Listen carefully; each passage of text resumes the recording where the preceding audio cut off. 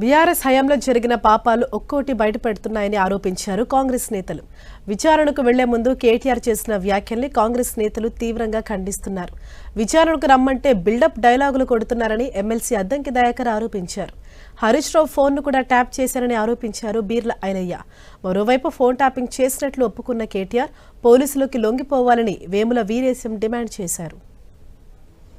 గౌరవిస్తాం, మేము పోవాల్సిందే, మేము ఆడికి పోతాం, మేము పోయి చెప్తాం.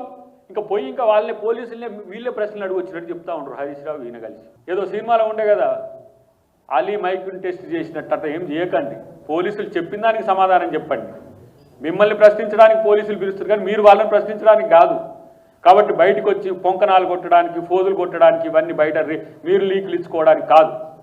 తెలంగాణ ప్రజల యొక్క అస్తిత్వాన్ని దెబ్బతీస్తున్నారు మీరు. ఫోన్ ట్యాపింగ్లతో ఏం సాధిద్దామని చేసిందో చెప్పాల్సిన అవసరం ఉంది. అసలు ఫోన్ ట్యాపింగ్లో ఒక మంత్రి ఎందుకు, మాజీ మంత్రి ఎందుకు వస్తాడు, మాజీ మంత్రులు ఎందుకు వస్తారు, పార్టీ నాయకులు ఎందుకు వస్తారు, అధికారులు కదా ఉండాల్సింది. అధికారులు మీ పేర్లు ఎందుకు చెప్తున్నారు? ఇదంతా ఆత్మపరిశీలన చేసుకోండి. డెఫినెట్గా కాంగ్రెస్ ప్రభుత్వం పారదర్శకంగా ఉంటుంది. నేనేదో శుద్ధపూసను, నేనే సిట్టును ప్రశ్నిస్తా, సిట్ అంతా ఉట్టిదే, వీళ్ళు కాలయాపన కోసం అని చెప్పి ప్రగల్భాలు పలుకుతున్నాడు. కేటీఆర్, నీకు దమ్ము ధైర్యం ఉంటే, సిగ్గు శరం ఉంటే సిట్ ముందు పోయి నేను చేసింది తప్పే, తెలంగాణ ప్రజలకు క్షమాపణ చెప్పి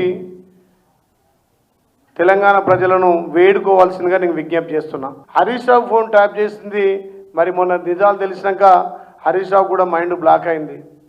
ఎవరి ఫోన్ అయినా రికార్డ్ చేసినా ట్యాప్ చేసినా అది తీవ్రమైనటువంటి నేరం అని చెప్పేసి చట్టం ఉంది. ఈరోజు నువ్వు చేస్తే కొన్ని ఫోన్లు పోలీసు వాళ్ళు చేసి ఉన్నారేమో, దొంగలే ఈలే అని చెప్పేసి నువ్వు మాట్లాడుతున్నావు. అంటే నువ్వే నేరాన్ని ఒప్పుకున్నావు.